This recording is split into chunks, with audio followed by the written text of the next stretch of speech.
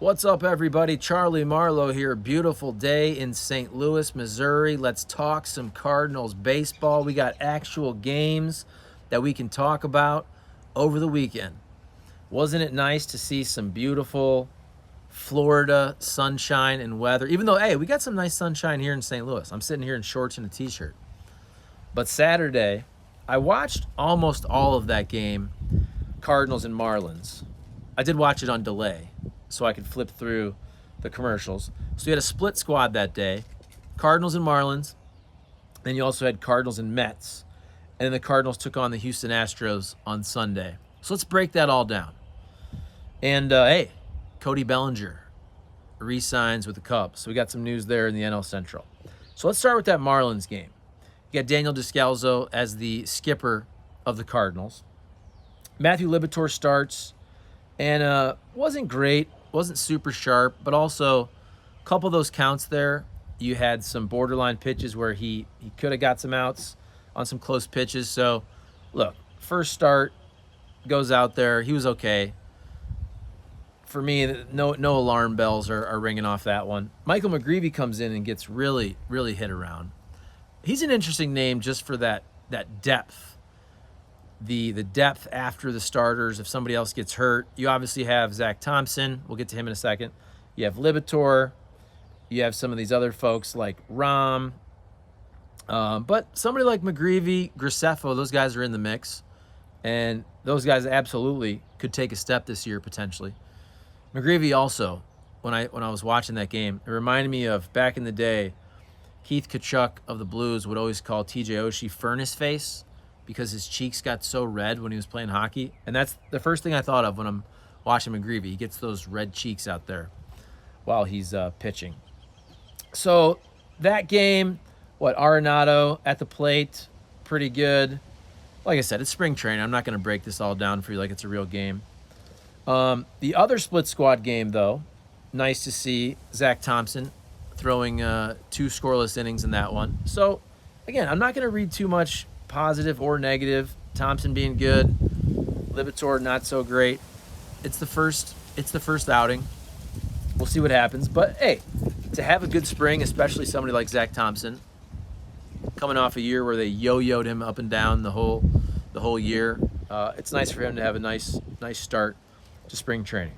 Okay, so then you had the game against the Astros where Mason Wynn was the story. Mason Wynn 3 for 3 in this game, double, stolen base.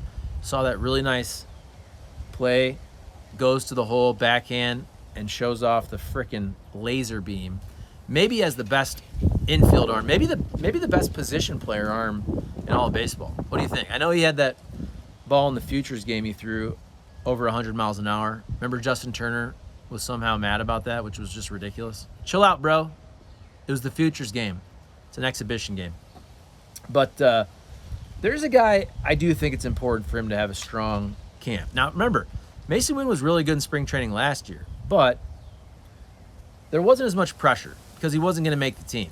But he played really well in the Grapefruit League last year, so it's nice to see him with a strong start. This dude is just toolsy, off the charts. Athleticism, running, arm strength. And it's easy to say all he has to do is hit. That's the hardest thing to do, maybe in professional sports. But this dude has all the tools. Just a superb athlete. You're going to see him stealing bases, making unbelievable plays at shortstop, hitting balls hopefully in the gap, and just running. Doubles, triples. Makes you think a little bit about those running Redbirds in the 80s. I feel like Mason Wynn's a little bit of a throwback. Probably not going to have tremendous power, especially early. Could he turn into a 15 to 20 homer guy as a shortstop?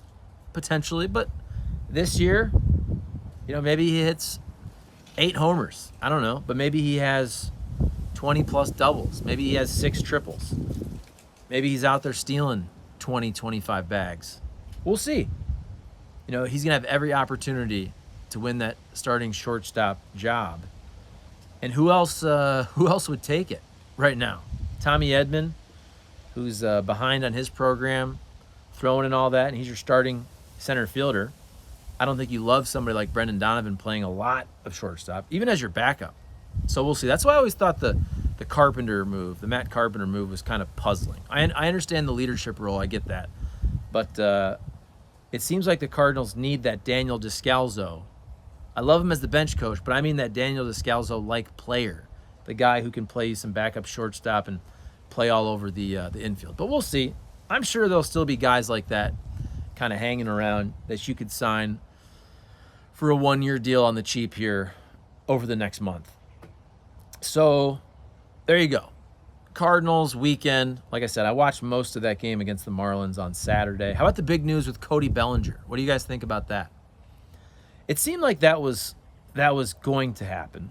I kind of like the deal structure for both sides. So 3 years, $80 million. If you break that down, the AAV is pushing $27 million. But he has opt-outs after each season, and I feel like that's fair and it makes sense because I could understand why a team, after one good season, one bounce back. Remember, Cody Bellinger had 2 really bad seasons coming off his shoulder being all messed up. But you probably want to see him do it one more time before a team really would break the bank for that big-time 5-6 year deal. So I feel like it's a good deal for both parties. If he's amazing, he's going to opt out, and he'll probably get that 5-6 year deal. If he's bad, Cubs got him for another couple years. If he's in the middle, that's interesting. I don't know. If he stays healthy and he's league average, he probably just sticks with the deal. But if he has another good season, that man's going to get paid. I also saw how it affected the Cubs' odds in the division. And I saw on one gambling site, their odds to win went from plus 240 to plus 210. They were still second in terms of being the favorite behind the Cardinals. I saw another win total go from 83.5 to 84.5. Now remember, this was from a sports book. Pacoda had the Cardinals at 85 wins and the Cubs at right around 80. So you'd think Pacoda probably, I haven't looked, but the win total goes up about 1 or so. I think the Cubs are going to be in it down till the end because I think they want to be in it. Organizationally, you get Craig Counsell, you steal him inside the division, you pay him $8 million a year. The starting pitcher from Japan, I always mispronounce his name. Correct me. Is it Ishiwaga? You grab him for the rotation. You grab Hector Neris, a really good reliever, for $9 million a year. That's a lot of money for a reliever. And then Cody Bellinger, that big bat, lefty bat in the middle of the lineup. I also feel like he just makes sense in Chicago.